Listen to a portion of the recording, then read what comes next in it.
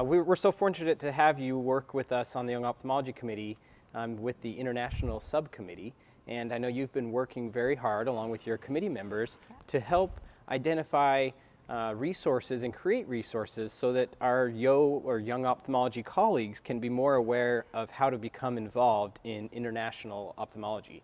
Would you mind maybe just touching a little bit briefly on the resources that are available to young ophthalmologists? Sure. So our subcommittee, the Young Ophthalmologists International Subcommittee, has two goals. One is to support our domestic young ophthalmologists who are interested in going abroad, whether or not it's to learn or to serve, to teach.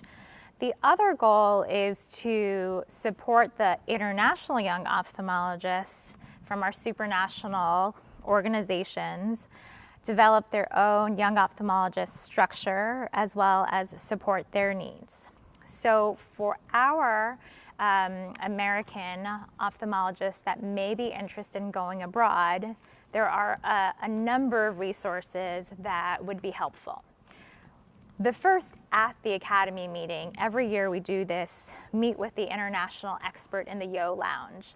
And we have anywhere from 10 to 15 ophthalmologists that have spent part of their careers dedicated to working abroad, whether or not, again, that's direct patient care and service delivery, or teaching and skills transfer abroad, or building relationships and collaborations with other institutions abroad. The experts are so engaged to meet our young ophthalmologists who want to sort of do the same and can see that in their career. So that's one event. The second is we have a course that's been ongoing for the last 8 years, or 9 years even, that is targeted towards our domestic young ophthalmologists that are interested in volunteering abroad. And this is called International Opportunities for Young Ophthalmologists: How to Start Now and Sustain Through Your Career. Online, throughout the year, you can access a number of Academy resources that talk about global ophthalmology. So there's a link on our Young Ophthalmologists page that will bring you to the Global Ophthalmology page. And we have great sort of webinars by international experts such as Al Summer, Dave Friedman from Wilmer, talking about what to do before you go, how to get involved, what to think about, as well as something called the Go Guide, which is on the Academy One network, where you can roll over this world map. And let's say I'm interested in Peru. So you can go to that area and highlight what the top eye conditions are and get more information about linking up with organizations in Peru. So the Go Guide is one. The Global Ophthalmology pages, where you can get webinars and even a book written by Al Summer, one of our leading experts in global ophthalmology, all at your fingertips whenever you want.